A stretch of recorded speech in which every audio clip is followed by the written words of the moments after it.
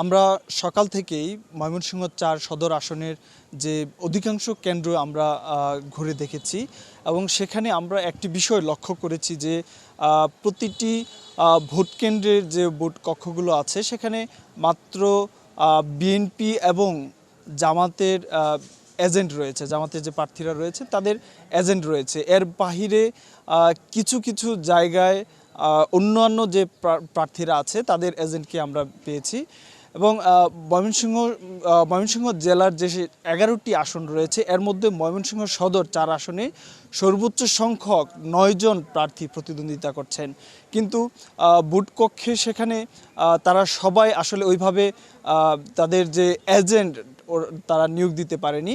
আমরা দুজন প্রার্থীর সাথে কথা বলেছি, তারা বলেছেন যে তারা আসলে সবগুলো কক্ষে তারা এজেন্ট দিতে পারেননি এবং প্রিজাইডিং কর্মকর্তারা বলছেন যে তাদের কাছে কোনো ধরনের কোনো তালিকা দেওয়া হয়নি এবং তারা যখন প্রার্থীদের কাছে আহ্বান করেছেন এবং তারা প্রিজাইডিং কর্মকর্তার আহ্বানে তারা কোনো ধরনের সাড়া দেয়নি।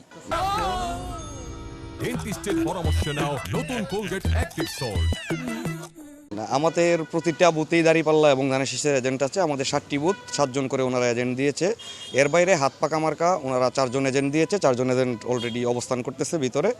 আর জেএসডির হচ্ছে মাথাল মার্কা ওনারা 1 জন এজেন্ট দিয়েছে, 1 জন এজেন্টই অবস্থান করতেছে। এর বাইরে কোনো মার্কা বা কোনো স্বতন্ত্র প্রার্থী আমাদের সাথে এজেন্ট দেওয়ার জন্য যোগাযোগ করে নাই। এখানে চারটা প্রার্থীর ক্যান্ডিডেট আছে, এজেন্ট রয়েছেন, আর বাকিরা তারা দেন নাই আমাকে। সকাল পর্যন্ত আমি অপেক্ষায় ছিলাম, না দেওয়াতে তাদেরকে নির্দিষ্ট পরিমাণ বুথে বসিয়ে দিয়েছি আমি। আরেকটি বিষয় বলে রাখি যে সুষ্ঠু এবং সুন্দর ভোট করতে এবং কোনো ধরনের বিশৃঙ্খলা এড়াতে প্রতিটি ভোট কেন্দ্রে যথেষ্ট পরিমাণ আইনশৃঙ্খলা বাহিনী মোতায়েন রয়েছে। প্রতিটি ভোট কেন্দ্রে সিসি ক্যামেরা রয়েছে।